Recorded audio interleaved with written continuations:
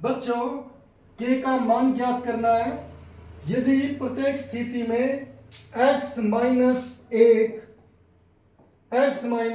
एक px का गुणनखंड है, तो बच्चों यहां पर फोर्थ क्वेश्चन है जिसमें हमें ये px दिया है और x माइनस वन इसका एक गुणनखंड दिया है। तो बच्चों हम यहां पर मान लेते कि माना px बराबर है के x square minus 3x plus के।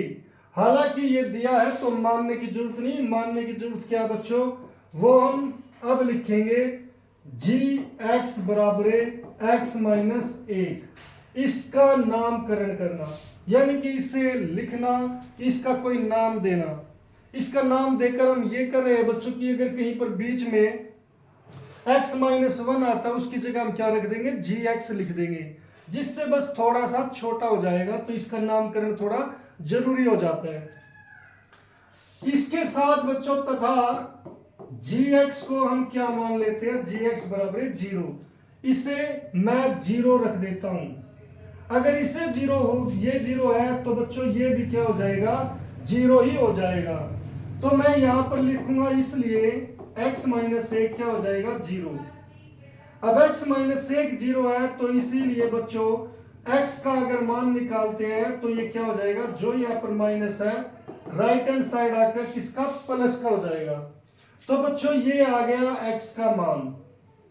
अब बच्चों क्या होता है कि यदि जी एक्स पी एक्स का गुणनखंड है तो जो इससे x का मान आएगा और अगर उसे हम px में रखते हैं तो उसका आंसर क्या आना चाहिए, जीरो आना चाहिए। यानी कि जो gx से हम x की वैल्यू फाइंड आउट करें, यहां से अगर जो x का मान ज्ञात करें और उसे px में रख दे तो px का मान जीरो होना चाहिए। तो बच्चों यहां पर मैं लिखूंगा इसलिए क्योंकि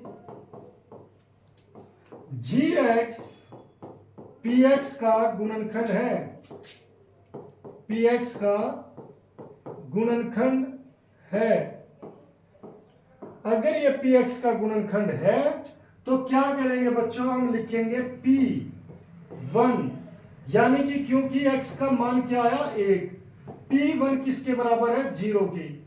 अब बच्चों यहां पर p1 और यहां पर px, x की जगह क्या लिख दिया, 1, तो यहां पर भी आप x की जगह क्या लिख दोगे, 1 लिख दोगे। तो बच्चों ये है k, फिर x की जगह 1 इसका स्क्वायर, फिर -3, फिर x की जगह 1, फिर प्लस k इक्वल टू 0। यहां पर बच्चों अब हमें सॉल्व करना है, ये है k, ब्रैकेट का मतलब होता है गुणा, 1 का स्क्वायर का आंसर क्या होता है बच्चों, 1 दूनी 2। अगर आप ये सोच रहे हो तो टोटली गलत हो। 1 का स्क्वायर क्या होता है बच्चों, 1 गुणा 1 यानी कि 1, ये आ गया 1, फिर -3 ब्रैकेट का मतलब गुणा और यहां पर 1 प्लस यहां पर क्या आ गया बच्चों, k बराबर 0, क्योंकि k का मान ही ज्ञात करना, k ऐसे कैसे रहेगा बच्चों। अब यहां पर k इंटू 1 क्या हो जाएगा बच्चों, k -3 एकम 3 प्लस k बराबर 0। अब यहां पर बच्चों क्या कुछ चीज जोड़ने की या घटाने की है, कोई ऐसी संख्या क्या हमें दिखता है कि हम किसी को जोड़ या घटा सकते हैं। बच्चों यहां पर k है, यहां पर भी k है, ये भी प्लस का है, ये भी प्लस का है, तो दोनों सेम साइन के होते हैं तो वो क्या होते हैं, जुड़ जाते हैं। तो यहां पर 1k और यहां पर 1k कितने हो जाएंगे, 2k हो जाएंगे, और जो 3 है वो है माइनस का बराबर है 0। वैल्यू हमें निकालनी है k की, तो बच्चों k को अंडरलाइन कर लो, यहां पर 2k, जो ये -3 है ये राइट हैंड साइड जाकर किसका हो जाएगा, प्लस का। अब k की वैल्यू फाइंड आउट करनी है तो बच्चों जो यहां पर मल्टीप्लाई में है वो यहां आकर किस में हो जाएगा, डिवाइड में। तो बच्चों k का मान कितना आ गया, 3/2। इस तरीके से हम k की वैल्यू फाइंड आउट कर सकते हैं जब हमें कोई जो बहुपद दूसरे बहुपद का गुणनखंड दिया हो। ये बच्चों एक बहुपद है ये दूसरा बहुपद है जिसका गुणनखंड जी एक्स यानी कि जी एक्स बराबर एक्स माइनस 1 है।